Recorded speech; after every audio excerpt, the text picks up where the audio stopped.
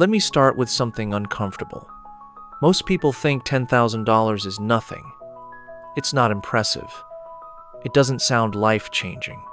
It's the kind of number people casually dismiss and say, that won't make a difference.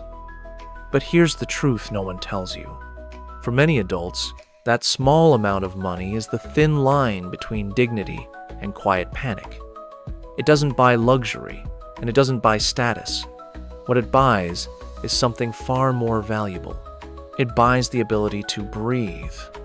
Your first real savings is never about the number. It's not 10,000, not 20, not 50. It's the first time in your life you realize you don't have to react immediately. The first time you notice your heart doesn't race every time something goes wrong. The first time you understand what it feels like to be calm instead of constantly on edge. Most people don't actually suffer from a lack of money. They suffer from a lack of choice. When your bank balance stays close to zero, your world shrinks without you even noticing. What to eat tomorrow, how to pay rent next month, what happens if you get sick? That's all your mind has room for. There is no mental space left for planning, learning, or imagining a better future. Survival mode takes over everything. The moment you save your first meaningful amount, something subtle happens inside your brain. Your nervous system shifts gears. You move from survival mode into living mode. The world itself hasn't changed, but your perception of it has. You sleep better. You respond instead of panic. You stop treating every small problem like a disaster. This is the most underestimated power of that first savings. I once had a friend who understood this the hard way.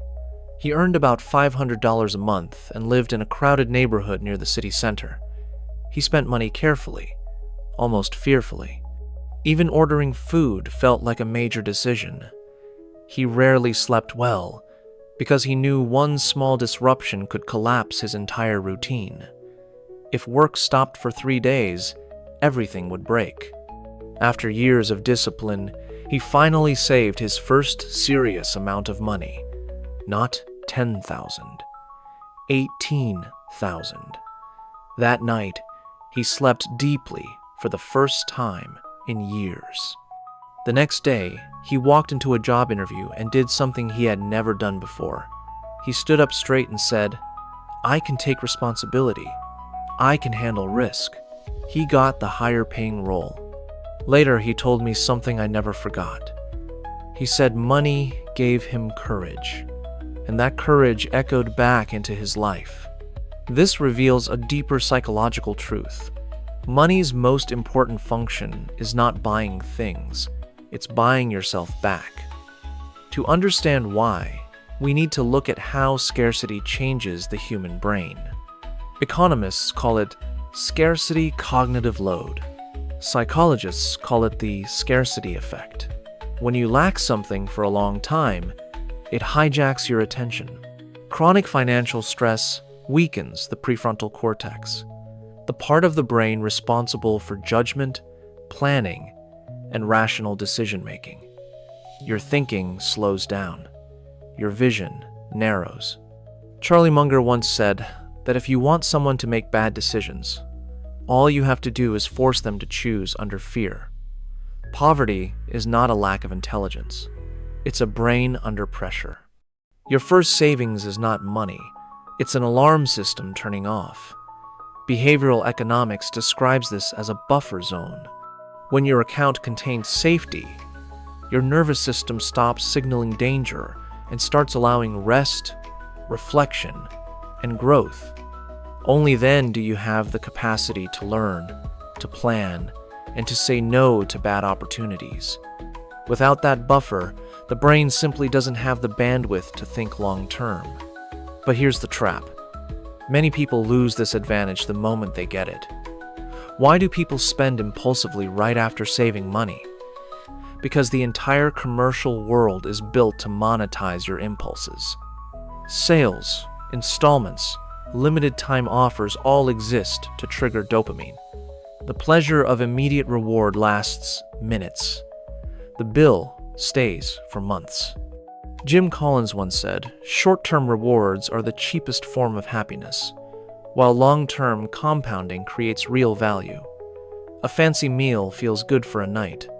A skill pays you back for years." Another danger is mental accounting.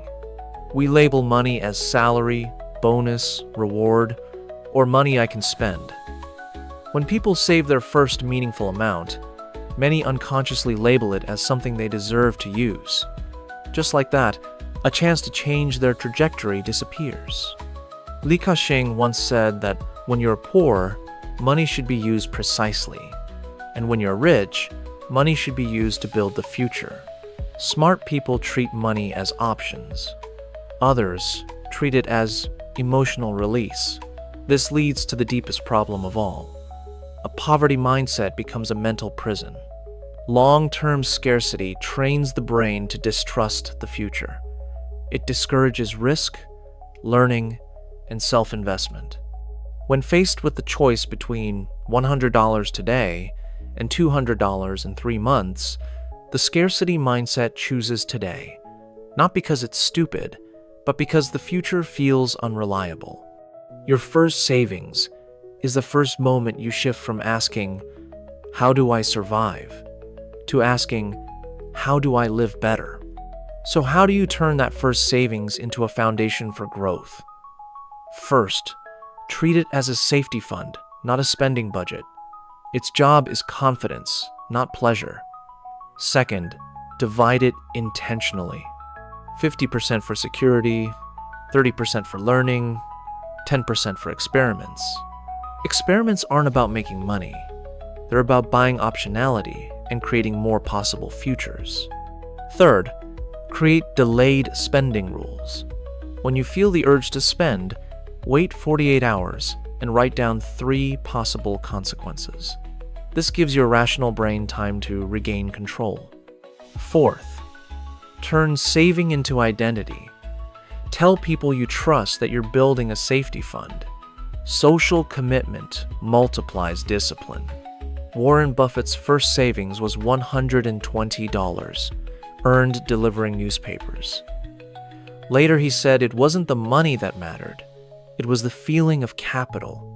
The moment he realized money wasn't just numbers, but seeds that could grow.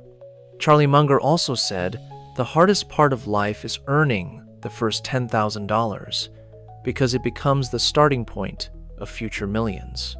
Most major wealth growth doesn't begin at $1 million. It begins at the first amount that finally feels safe. Let me end with this. Money is not everything, but the lack of money limits almost everything.